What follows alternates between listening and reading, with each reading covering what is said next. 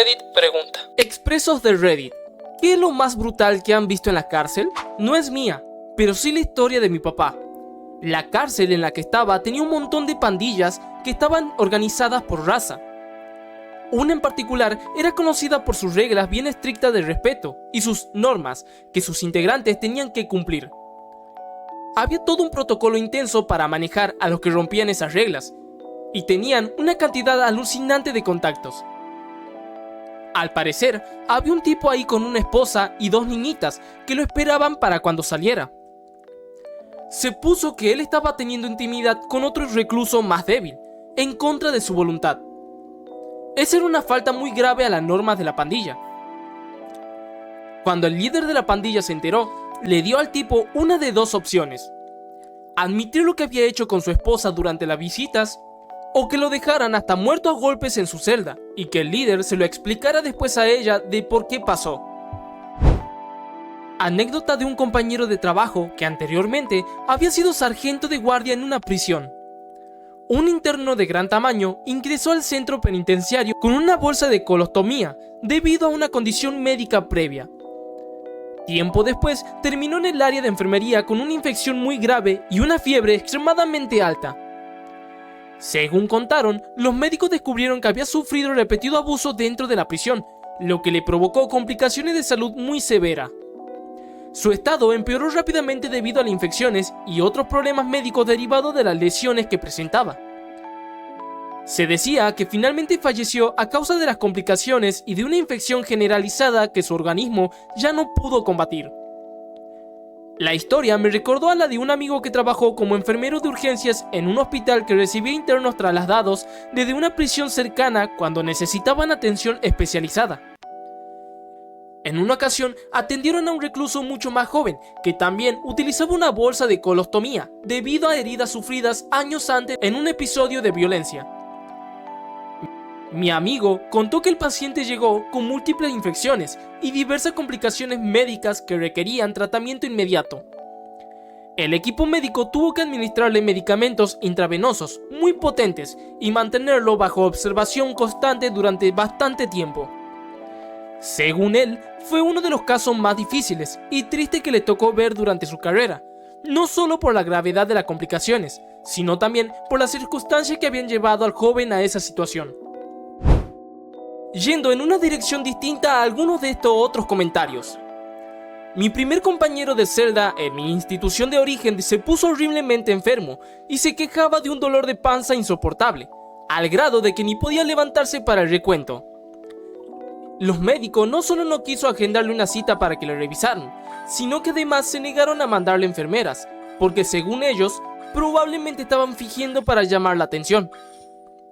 Después de 3 meses de eso, por fin le programaron para que lo bajaran. Tenía cáncer de estómago en etapa tardía. Murió para finales de ese año. Lo que supuestamente iba a ser una condena de 8 años, se volvió una condena de por vida. Descansa en paz, Jerry. Tenía muy mal su sentencia. Era de 8 a 13, no de 3 a 11. Aún así, no debería haber sido una condena de por vida. Sé que ya era demasiado tarde para salvarlo, pero pudieron haberlo movido a cuidados paliativos meses antes y ahorrarle algo de dolor. En total, desde el inicio de los síntomas, aguantó como 6 meses. Un año después, otro amigo mío se hizo la prueba de cáncer de colon, y con él sí hicieron un trabajo decente. Lo llevaban a Columbus cada semana para los tratamientos de quimio, y lo dejaron conservar la cama y las asignaciones de trabajo. Así que quizás sí aprendieron la lección. Y además, Jerry no era un pederasta. Fue por una pelea en un bar que se salió de control cuando el otro tipo sacó un cuchillo. Jerry admitió que se pasó, y por eso aceptó un cargo de homicidio involuntario en vez de decir que fue una defensa propia. Si no me equivoco, la familia de la víctima estuvo bien con el trato que le dieron, cosa que casi nunca pasa con los acuerdos. Era un buen tipo, con una vida bien dura, y estaba intentando mejorar. Fue bueno conmigo y me enseñó cómo se hacen las cosas cuando apenas llegue. Sé que tenía una hija con la que tenía contacto, pero ya estaba grande y no tenía nada de redes sociales, así que no había forma de ubicarla. Ojalá esté bien. En lo personal, yo nunca he estado en la cárcel, pero sí tengo un buen número de amigos y conocidos que han cumplido condena, ya sea en prisión federal o en prisión estatal. Desafortunadamente, lo que estás describiendo es mucho más común de lo que la mayoría de la gente se imagina. Estamos hablando del caso del amigo que se llama Jerry.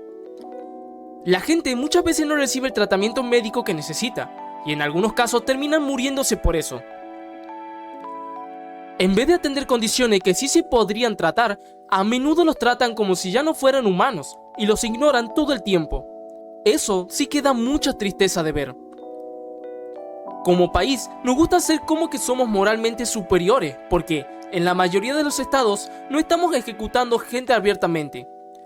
Pero la realidad es que hay personas que, efectivamente, reciben una muerte lenta por abandono, abuso o indiferencia dentro del sistema penitenciario. Ha habido un montón de historias a lo largo de los años sobre oficiales penitenciarios que, a sabiendas, ponen a los internos en situaciones peligrosas, los encierran con gente mentalmente inestable y que probablemente le van a hacer daño, ignoran amenazas creíbles o, de alguna otra forma, no cumplen con su deber de proteger a quienes tienen bajo su custodia. También hay historias de personas a las que les niegan atención médica porque no más alguien no quiere lidiar con el papeleo, hacer la llamada o se sintió incómodo. No siempre es que no existan los recursos, muchas veces es que nadie quiere meterse en el asunto. Y esto no es solo un problema en las cárceles de hombres. En las cárceles de mujeres también han habido escándalos propios, relacionados con abusos íntimos por parte del personal. Abusos que a veces se ignoran, se minimizan o se encubren hasta que se vuelve imposible ocultarlo. Demasiadas veces, la redención de cuenta parece llegar solo después de que la evidencia abrumadora obliga a que el tema se haga público. Desafortunadamente, si estás encarcelado y no tienes un buen sistema de apoyo afuera que abogue por ti, las cosas pueden salir muy mal. En muchos casos ya ni siquiera te ven como persona. Eres solo otro número, otra fuente de ingresos, otro engranaje más en la máquina. El sistema está completamente jodido. La historia más triste que escuché fue la de una profesora que trabajaba en una prisión. Ella tenía un alumno cuyo padre le inyectó Hero cuando apenas tenía 11 años, solo para tener a alguien con quien consumir sustancias. Incluso le aplicaba las inyecciones entre los dedos de los pies para que la madre no descubriera lo que estaba pasando. ¿Qué clase de vida podía esperarle a un chico con un padre así? Años después, terminó recibiendo educación en la cárcel tras una vida marcada por el crimen y la adicción. Es una historia realmente desgarradora. Yo también fui voluntario en una organización que recibía libros donados para enviarlos a personas privadas de la libertad. Con frecuencia nos llegaban cartas de los presos solicitando libros específicos o determinados géneros literarios. Por una diferencia enorme, el libro más solicitado era el diccionario. Muchas de las cartas estaban escritas de una manera similar a esta: por favor, envíen un diccionario. Estoy tratando de aprender a leer. Cada vez que leía algo así pensaba lo mismo: ¿qué oportunidades reales tuvo esta persona en la vida? Recuerdo especialmente a un estudiante de último año de preparatoria que era prácticamente analfabeto. Tenía antecedentes juveniles, pero también era lo suficientemente inteligente como para salir adelante si hubiera aprendido a leer y escribir correctamente. Me negué a aprobarlo porque necesitaba ayuda académica urgente. Sin embargo, alguien de la administración falsificó mi firma en un formulario de cambio de calificación y permitió que se graduara en lugar de enviarlo a programas de apoyo y regularización. Lo último que supe de él fue que su fotografía policial apareció en el periódico. Lo estaban acusando de varios delitos graves. Y es una pena, porque sinceramente creo que podría haber logrado grandes cosas si alguien le hubiera dado una oportunidad real para luchar por un futuro mejor. Tenía una buena personalidad y rara vez causaba problemas serios. Lo único que hacía era intentar sacarme de mis casillas con sus bromas y travesuras. Ojalá alguien le hubiera dicho no a él y a su madre en algún momento, y se hubiera asegurado de que recibiera la educación que merecía. Mi tío obligó a mi primo a probar metanfe cuando tenía apenas 9 años. A mi primo le tomó muchos años, varias temporadas en prisión y pérdidas muy dolorosas lograr salir de ese mundo. Aún así, estoy profundamente orgulloso de él. Lleva más de 10 años sobrio y actualmente trabaja junto con la policía local y el gobierno de su ciudad ayudando a personas sin hogar y a quienes luchan contra las adicciones. La comunidad lo aprecia muchísimo y prácticamente todo el mundo en su pueblo lo conoce. Además, la novia que tuvo en la secundaria terminó convirtiéndose en su esposa y ha permanecido a su lado durante todo este proceso. Ella también merece un enorme reconocimiento por nunca rendirse. Mis padres se separaron cuando yo tenía alrededor de 11 años. Desde entonces, me encargué de cuidar a mi hermano menor, hacer las tareas del hogar y ocuparme del jardín y la piscina durante el verano. En invierno, las responsabilidades cambiaban, muchas noches terminaba despierto hasta tarde quitando nieve y realizando trabajos pesados alrededor de la casa. Un vecino se acercó a mí y me enseñó cómo hacer todas esas tareas. Yo lo admiraba mucho y pensaba que era una gran persona. Después de terminar el trabajo, solía servirme una copa de vodka mezclado con té y brindaba conmigo diciendo, «Salud, ya eres todo un hombre». Así fue como desarrollé una dependencia al alcohol antes de llegar a la adultez. Hoy tengo cerca de 40 años y llevo 19 días sobrio. Todavía me cuesta pensar en aquello sin sentir rabia. Ojalá hubiera tenido mejores ejemplos en esa etapa de mi vida. También conocí a una mujer que desarrolló una adicción a los opioides recetados desde la secundaria. Sus padres creían que, si mantenían el control de las sustancias y la hacían depender completamente de ellos para obtenerlas, nunca hablaría con nadie sobre lo que ocurría y evitarían tener problemas legales. Era una lógica completamente equivocada, pero durante un tiempo les funcionó. Afortunadamente, ella logró recuperarse a principios de sus 20 años, después de quedar embarazada. Desde entonces se ha mantenido sobria y reconstruyó su vida. Nunca supe cómo terminó siendo su relación con su familia después de superar la adicción, pero siempre esperé que hubiera encontrado la paz y el apoyo que merecía desde el principio. Vi a un hombre que fue aislado de una manera muy extrema dentro de una prisión del condado. En ese entorno, a ese tipo de medida le decían informalmente quedarse en la puerta, lo que significaba que el interno era mantenido de pie o en una posición fija frente a una puerta durante largos periodos, sin acceso a cama, ducha, teléfono ni actividades básicas, hasta que el personal decidiera moverlo de ubicación. Según lo que se comentaba, la situación había comenzado por problemas de comportamiento relacionados con su higiene y su conducta dentro de la unidad. A partir de ahí, fue colocado en este tipo de aislamiento prolongado durante varios días. Lo más preocupante no era solo la medida en sí, sino el entorno en el que ocurría. Había poca intervención externa y, en ocasiones, el trato parecía depender completamente del criterio del personal presente. Esto generaba situaciones muy tensas dentro de la unidad. También escuché de alguien cercano que trabaja en el sistema penitenciario, en su caso como psicóloga clínica, que muchas de las personas bajo custodia presentan condiciones de salud mental graves. Según ella, en algunos casos, las respuestas basadas únicamente en castigo o aislamiento no ayudan a mejorar el comportamiento, sino que pueden empeorar el estado emocional del interno. Me comentó que, en lugar de reducir incidentes, algunas de estas prácticas pueden aumentar la desregulación emocional y la confusión, especialmente en personas que ya están en crisis psicológica. Por otro lado, yo mismo estuve detenido en una cárcel del condado durante aproximadamente 75 días. Durante ese tiempo vi situaciones difíciles y también conocí a algunos oficiales con actitudes muy variables. Algunos trataban de mantener el orden dentro de lo posible, pero otros utilizaban métodos más agresivos o provocadores. Recuerdo especialmente a un oficial que tenía un comportamiento muy confrontativo. Según lo que observé, solía intervenir de manera innecesariamente hostil, lo que generaba más tensión dentro de la unidad. También tenía prácticas como encender luces directamente sobre los internos durante la noche o provocar situaciones de estrés constante. Tiempo después de haber salido, lo volví a ver en un lugar público. Fue una situación muy inesperada.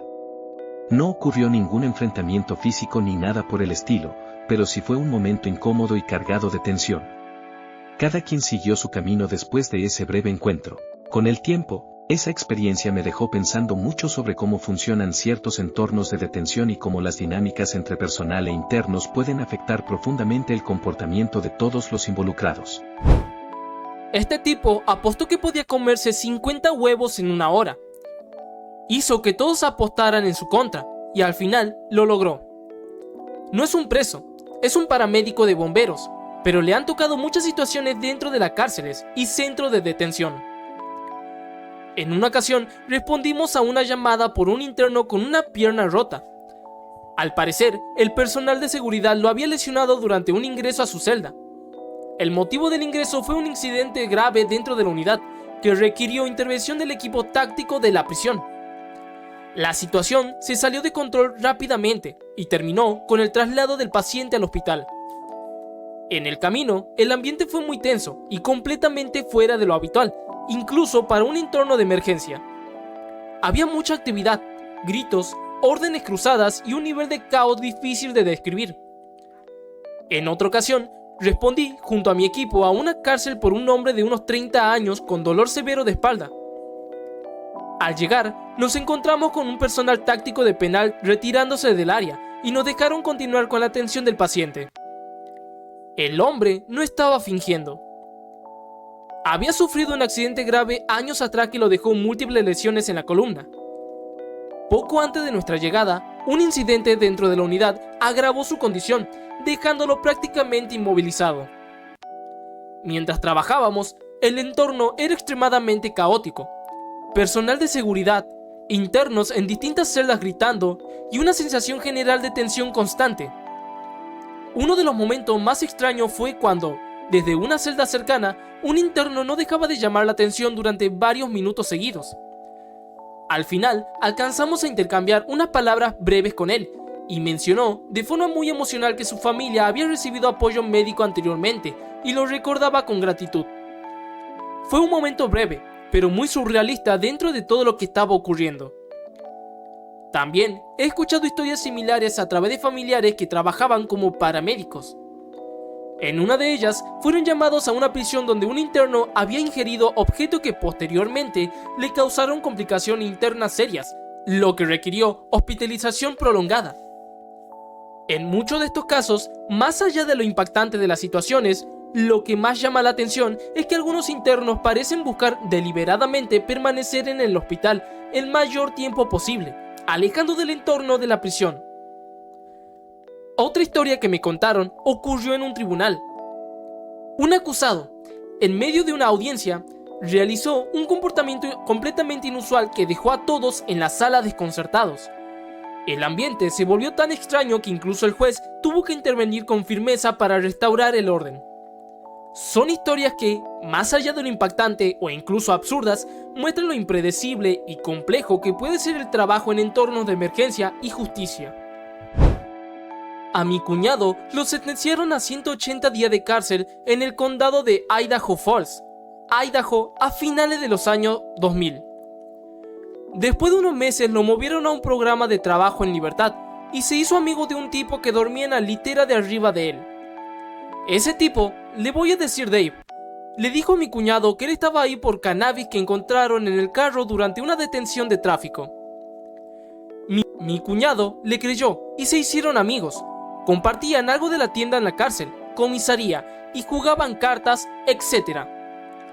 Como a un mes, entró un nuevo interno al trabajo en libertad y reconoció al instante a Dave y supo su historial y su verdadero crimen. Fue bien claro con todos en que Dave era un abusador infantil y que nadie debía hablarle ni tener ningún tipo de relación con él. Esa misma noche, cuando llegó el nuevo interno, abusó a Dave después de que se apagaran las luces y hizo exactamente lo mismo durante más de un mes. Mi pobre cuñado estaba en la litera de abajo y tenía que escuchar cómo abusaban a Dave todas las noches. Después de un mes de eso, por fin a Dave lo movieron de regreso al área normal de la cárcel y con eso se acabó la historia, según lo que mi cuñado escuchó. La justicia en la cárcel no se mete con mi cuñado, dijo. Si alguien se hubiera quejado o hablado, habrían terminado en la misma situación que Dave. No seas Dave. Escuché algo parecido, pero de una forma muy vaga, por parte de mi tío. Supongo que los abusos infantiles le dicen chomos o skinners. Tenían que hacer lo que fuera del deber de los presos del sector para averiguar al instante quién estaba ahí porque, y si era un chomo, y de inmediato los presionaban para que se guardaran eso y lo fueran a transferir diciendo que temían por su seguridad. Para sacar a criminales de ese estilo de ahí, tipo ya mismo. Estuve en la cárcel del condado de Kent en 2012. Tenía un compañero de celda que era este güey, bien grandecito y bajito. Descubrí que estaba ahí por ser un abusador infantil. Era verano, así que me tomé una semana sin bañarme. Esa semana salía todos los días y me echaba entreno en el patio de la sala. Normalmente nomás jugaba cartas. Soy bastante grande, así que te puedes imaginar qué tan sudado me puse. Voy a contar el resto de la historia porque está bien asquerosa, pero lo único que podía hacer sin meterse todavía más en problemas. Este tipo recibe una llamada cada semana exactamente a la misma hora, el mismo día, así que yo sabía cuándo salía de la celda. Me esperé a que le entrara la llamada, y como el carcelero no me veía, me trepé a la cama del abusador y agarré su cepillo de dientes. Luego me senté en mi cama, me bajé el pantalón y me lavé bien limpio la zona. El periné quedó impecable. Le pasé aguas a las cerdas para empujar cualquier cosa hacia el soporte duro y para quitarle el olor que se sentía hasta donde se pudiera. El compañero de celda, el Diddler, se cepilló los dientes después de la cena ese día y al instante le devolvió su comida al baño de la cárcel. Me solté una risa con calma desde mi cama y volví a leer mi libro. No estaba en prisión. Cuando era más joven estuve en un centro de corrección juvenil. La vida ahí era muy estructurada, teníamos que asistir a clases todos los días, seguir horarios estrictos y cumplir reglas constantes. Incluso los materiales más básicos estaban controlados. Por ejemplo, nos daban dos tipos de lápices, unos de plástico barato, muy flexibles, que prácticamente no se rompían aunque los doblaras, y otros de madera más tradicionales. Los lápices de madera eran considerados un pequeño lujo. Algunos profesores, de vez en cuando, traían lápices de buena calidad, y prácticamente todos los jóvenes querían conseguir uno de esos. En un lugar donde casi todo era limitado o uniforme, cualquier objeto mejor se volvía algo muy valioso. Recuerdo un día en particular en el que un chico intentó quedarse con el lápiz de madera de otro compañero. Lo que empezó como una discusión aparentemente menor escaló muy rápido en medio del ambiente tenso en el que vivíamos. En el forcejeo, uno de los chicos terminó usando un lápiz de plástico de forma impulsiva, lo que provocó una lesión grave. El joven involucrado sobrevivió, pero tuvo que ser trasladado a una unidad de mayor seguridad. En ese momento, muchos dentro del centro interpretaron la situación como un intento deliberado de cambiar de nivel de custodia, ya que ese tipo de traslados a veces ocurrían después de incidentes serios. Ese evento dejó una impresión fuerte en todos. En ese tipo de entornos, incluso los conflictos pequeños podían escalar de formas impredecibles, y cada incidente cambiaba ligeramente la dinámica entre los jóvenes y el personal. Con el tiempo, también conocí a una persona que trabajaba como oficial en una institución juvenil. Me contó que, después de un incidente en el que un joven utilizó un objeto escolar de forma agresiva, el ambiente laboral cambió por completo para él. Según decía, empezó a ver su trabajo de una forma mucho más pesada y menos idealista, porque situaciones así lo hacían cuestionar constantemente el sistema en el que estaba. Más adelante, cuando estuve involucrado en distintos procesos dentro del sistema, también participé en audiencias disciplinarias. Básicamente, ayudaba a presentar casos y a explicar lo ocurrido desde la perspectiva de los internos, algo así como un apoyo dentro del procedimiento formal. Era un rol extraño, porque te hacía ver ambos lados del sistema al mismo tiempo. Recuerdo un caso en particular en el que hubo una pelea entre varios jóvenes durante la noche. Uno de ellos terminó con heridas serias después de un enfrentamiento que comenzó en una situación de tensión acumulada durante días. Lo más impactante no era solo el incidente en sí, sino ver cómo todo parecía haberse construido poco a poco hasta llegar a ese punto. Con el tiempo entendí algo importante: en esos entornos, las personas no reaccionan solo a un momento específico, sino a una mezcla de miedo, estrés constante, frustración y falta de control. Muchas veces, las decisiones que parecen incomprensibles desde afuera tienen raíces en experiencias mucho más largas y complejas. También vi situaciones en instituciones de tratamiento juvenil que, aunque no eran cárceles en sentido estricto, funcionaban de manera muy similar en la práctica. Recuerdo especialmente a una joven que intentó hacerse daño utilizando un objeto escolar, lo cual llevó a cambios inmediatos en las reglas y a restricciones mucho más estrictas sobre lo que se podía usar dentro de las unidades. Después de eso, incluso los materiales escolares fueron reemplazados por versiones más seguras, aunque menos funcionales, lo que afectó la forma en que se podía aprender y trabajar en clase. Pasé gran parte de mi juventud en centros de detención juvenil y hogares de acogida en distintas zonas del sur de California. En muchos de esos lugares, Los jóvenes desarrollaban sus propias dinámicas internas para sobrellevar el día a día, algunas basadas en competencia, otras en supervivencia social, y otras simplemente en intentar mantener cierto sentido de normalidad. Con el tiempo, he llegado a entender que muchas de esas conductas no eran solo actos aislados, sino reflejos de entornos donde las reglas, la estabilidad y la sensación de seguridad estaban constantemente alteradas. Y aunque con los años uno aprende a verlo con más distancia, hay experiencias que se quedan grabadas de una forma difícil de olvidar. Enfermera, sin experiencia dentro de la cárcel o la prisión. Pero todo el tiempo me encargo de los reclusos. El peor que vi tenía una herida en el dedo cuando entró al penal por primera vez hacía unos meses. No paraba de quejarse de que le dolía. El personal de la cárcel no hizo nada. Dijo que iba a pedir ayuda y que lo iban a rechazar la enfermera o que los guardias lo iban a ignorar. Él vino conmigo para tratamiento de cáncer, no por el dedo, en una clínica ambulatoria. Vi su dedo envuelto. Obviamente alguien de los médicos lo había hecho. Le pregunté qué había pasado y me dijo que no podía pensar bien porque le dolía un montón. Dijo que se lo había lesionado durante el arresto. Se lo desenvuelven y estaba completamente necrónico, negro, con el hueso expuesto. Me sorprendió que no oliera mucho peor. Ya no sentía nada en la punta y en la mitad del dedo, pero la base, justo en la punta de arriba de la articulación, le dolía de forma insoportable y estaba descolorido. Ni me imagino cómo le estaba yendo así, con ese dolor. Lo evalué y lo reporté con mi enfermera a cargo y con el médico de guardia, y lo enviaron a urgencias. Volví a verlo un par de meses después y ya se había amputado el dedo. Me dio las gracias y me dijo que se sentía muchísimo mejor. Yo nomás lloré al escuchar que tenía el dedo anular cortado. Era algo por lo que me estaba agradeciendo. También tuve un paciente con una ETS en su estómago de hilestomía. Eso también estuvo bien duro. Es bastante autoexplicativo. Las dos son historias bien tristes. El segundo tipo ni siquiera se le estaba viendo por la estómago. No me acuerdo por qué estaba ahí, pero yo soy nueva y a él lo habían admitido. Se notó nomás mientras yo le estaba cambiando la bolsa de la ostomía. Le comenté a una enfermera con experiencia cómo se veía. No tenía ni idea de que eso era lo que podía hacer. Yo pensé que era que se le estaba lastimando la piel, que se veía infectado. Nomás sabía que no estaba bien. Te digo, cambiar la bolsa de ostomía de un preso no es nada fácil ni para empezar. Y más como nueva enfermera ya era difícil y estresante. Y una ETS no era el tipo de infección que me estaba imaginando.